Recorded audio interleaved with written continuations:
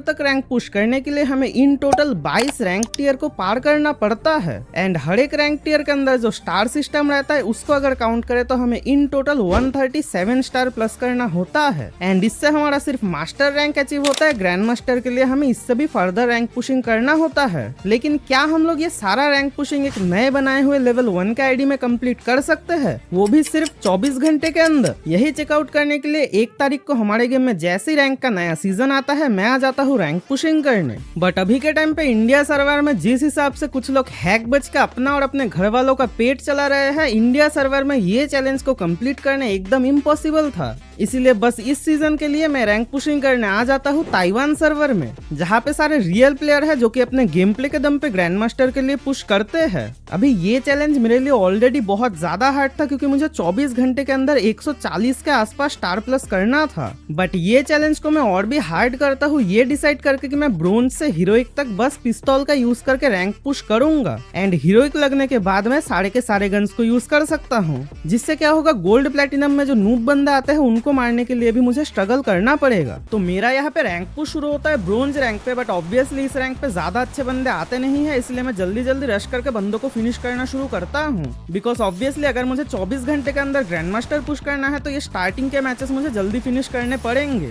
क्योंकि हीरोइक या फिर इलाइट हीरोइक के बाद जो लॉबी आएगी उसमें ना ही लगातार मैचेस बुया होंगे, ना ही वो मैचेस 3-0 से खत्म हो पाएंगे। इसीलिए किसी राउंड पे मैं डेजर्ट ईगल का 1 टैप मार के राउंड विक्ट्री कर रहा था, वहीं पे किसी राउंड पे मिनी यूजी लेके एक पूरे स्क्वाड के बीच में घुस जा रहा था। एंड क्योंकि ये लोग ज्यादा अच्छे बंदे नहीं थे तो मैं पिस्तौल से ही काफी इजीली क्वाड्रा मार के राउंड विक्ट्री कर रहा था। एंड ऐसे ही लगातार क्वाड्रा मार के मैं एमवीपी भी बनता रहता हूँ, साथ ही में मेरा रैंक पुश भी कंटिन्यू रहता है। एंड देखते ही देखते मैं यहाँ पे ब्रोंज से सिल्वर, फिर सिल्वर से गोल्ड तक पुश कर लेता हूँ। एंड लिटरली यहाँ तक रैंक पुश करने में ना ही मैं एक भी बार एलिमिनेट हुआ था, ना ही एक भी बार नॉक हुआ था। अभी गोल्ड रैंक के बाद सामने ज्यादा अच्छे बंदे तो नहीं, बट बहुत ज्यादा दिमित्री यूजर आ रहे थे। एंड इनडायरेक्टली ये मुझे बेनिफिट ही कर रहा था, बिकॉज मैं लिटरली एनिमी के शॉट पे जाके टीममेट का किल चोरी कर रहा था। एंड ऐसे ही मैं यहाँ पे गोल्ड 1 से गोल्ड 2 का रैंक भी अचीव कर लेता हूँ। बट इसके बाद जैसे ही नेक्स्ट मैच शुरू होता है, यहाँ पे हम लोग 3-0 से लीड कर रहे थे। चौथा राउंड जैसे ही पोचिनॉक पे शुरू होता है, मैं यहाँ पे सीधा मिन्यूजी लेकर रश करने आता हूँ। लेकिन यहाँ पे लिटरली एनिमी का पूरा स्क्वाड एक साथ आ रहा था। एंड यहाँ पे मैं जैसे ही फायर करता हूँ 2 बंदों पे एम शिफ्ट होता है, एंड ये चारों बंदे मिलकर फायर करके मुझे नॉक करते हैं, जिससे मुझे पहला एलिमिनेशन मिलता है इस रैंक पुशिंग का। बट इसके बाद फिर से मैं बैक ऑन द ट्रैक हो जाता हूँ एंड लगातार रैंक पुशिंग को कंटिन्यू रखता हूँ, जिससे मैं देखते ही देखते गोल्ड 3 के रैंक को अचीव कर लेता हूँ।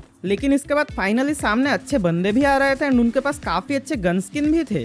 जैसे कि मिल वाले इस राउंड के अंदर देखो, मैं एक आर्ट ऑफ वार यूएमपी वाले बंदे को नॉक करता हूँ। उसी टाइम पे एक और बंदा रश करने आता है एंड इसके पास ईवो M1887 था, तो ये बंदा मुझे यहाँ पे नॉक करता है। एंड देखते ही देखते लिटरली ये वाला बंदा मेरे पूरे स्क्वाड को एलिमिनेट करता है, जिससे हम लोग राउंड हार जाते हैं। तो यहाँ पे मुझे समझ आ जाता है कि एनिमी को ज्यादा हल्के में नहीं लेना है। इसीलिए अगला राउंड हैंगर पे जैसे शुरू होता है, मैं यहाँ पे आलोक का एबिलिटी जला के सीधा रश करने आता हूँ। अभी यहाँ पे 2 बंदे होल्ड कर रहे थे, जिनमें से एक बंदे को मैं रेड नंबर मार के नॉक करता हूँ, उतने में दूसरा बंदा क्रोनो का एबिलिटी जलाता है। तो मैं जल्दी से इसी बंदे के शील्ड पे जाता हूँ एंड जैसे ही बंदे का गन रिकॉइल करता है, मैं यहाँ पे बाहर आके इजीली ये वाले बंदे को नॉक करके राउंड विक्ट्री कर लेता हूँ, जिससे हमारा यहाँ पे स्कोर हो जाता है 3-2 का। फिर अगला राउंड जैसे शुरू होता है, मुझे सामने से एक बंदे का फुटस्टेप आता है, तो पहले मैं यहाँ पे आलोक का एबिलिटी जलाता हूँ, उसके बाद रश करने आता हूँ, जिससे मुझे हेल्थ रिकवरी और मूवमेंट स्पीड बूस्ट दोनों ही मिल जाता है। एंड इसी का फायदा लेके मैं ये वाले बंदे को लिटरली मिनी यूजी का 2 मैगजीन फायर करके डैमेज करता हूँ। एंड ये वही ईवो डबल बैरल वाला ही बंदा था, तो जैसे ही बंदा अंदर भागता है, मैं यहाँ पे सीधा रश करके ये वाले बंदे को फाइनली मिनी यूजी का हेड मार के नॉक करता हूँ। एंड ये वाले बंदे को एलिमिनेट करने के बाद सामने आखिरी सर्वाइवर बचता है, जिसको मैं फ्लैश फ्रीज और ड्रैगन फ्रीज से काफी ज्यादा डैमेज करता हूँ। बट एट द एंड मेरा टीममेट यहाँ पे किल चोरी कर लेता है, लेकिन हमारा ये वाला मैच बुया होता है, जिससे मैं गोल्ड 3 के काफी ज्यादा करीब आ जाता हूँ। एंड इसके बाद अगले मैच को बुया करके मेरा यहाँ पे फाइनली गोल्ड 4 रैंक अचीव हो जाता है। अभी इसके बाद और भी कुछ मैचेस को बुया करने के बाद मैं यहाँ पे प्लेटिनम 1 के काफी ज्यादा करीब आ जाता हूँ, जिससे मुझे अगले मैच में और भी ज्यादा मोटिवेशन मिलता है। तो मैं यहाँ पे सीधा एनिमी पे रश करने आता हूँ मिनी यूजी लेके,